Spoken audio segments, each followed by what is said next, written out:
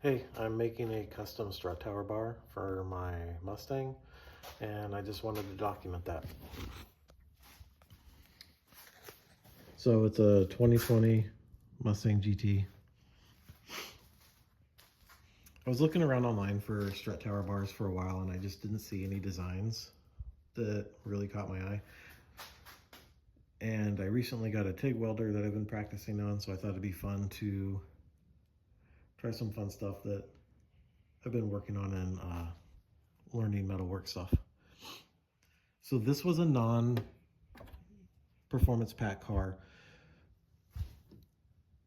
I wanted the performance pack, but I bought this sometime after COVID, like a year or so it was hard to find used inventory, and I really wanted the manual, so I got the manual version, and the only one I could find within about 150 miles of me was this one.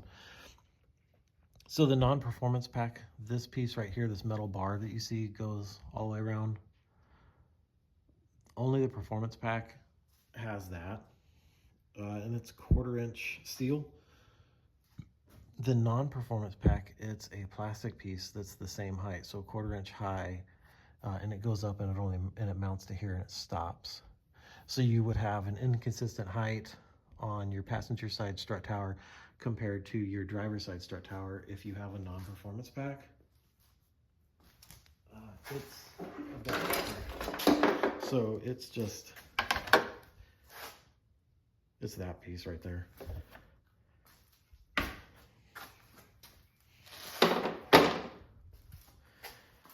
So I found a wrecker on eBay that was selling that, and that's what I got that. So then would have the full frame that Ford designed into the cars from the factory.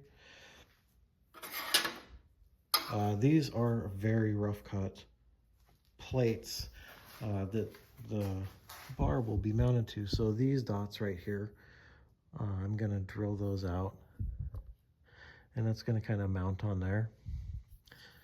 It in general matches the shape of this. It gives me extra room over here and in the front because that battery cable is a real trick to navigate because I'm using a 1-inch diameter pipe.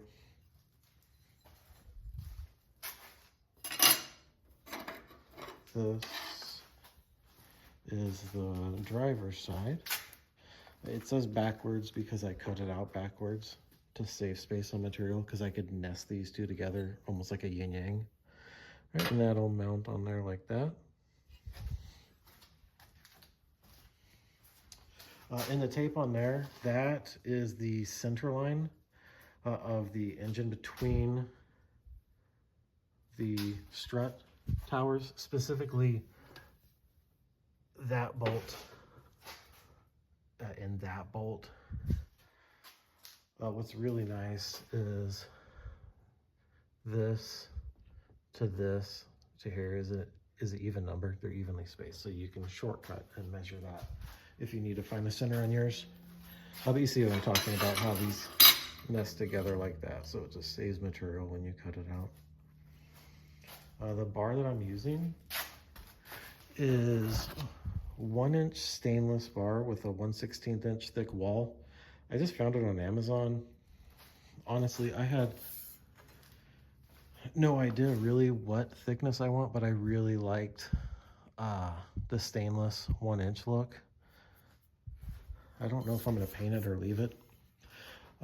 There's going to be 2 bars on here, so essentially one here, and then I want sheet metal welded to the 2 bars with dimple die.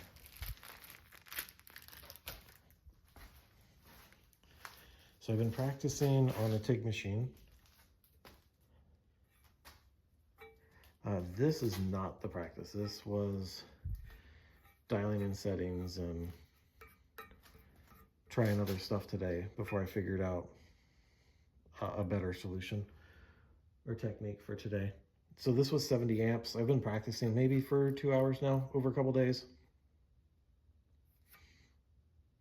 So it's mangled. I had a 3-foot bar on here, bent it that way when it was mounted in the vise. You can see how it was mounted. It twisted out because then I tried bending it the other way. You can see I was able to, there was some effort there. I have these jaws cranked down and it just kept sliding out. And then I took a 4-pound sledge and started hammering the hell out of it about 10 times. So the welds haven't cracked at all. So now my only concern is just the vibration over driving long term, if that'll crack them or not, but that's not a safety issue. That's just keep an eye on it. If it's cracked, and redo it. All right, that's it for now. Bye.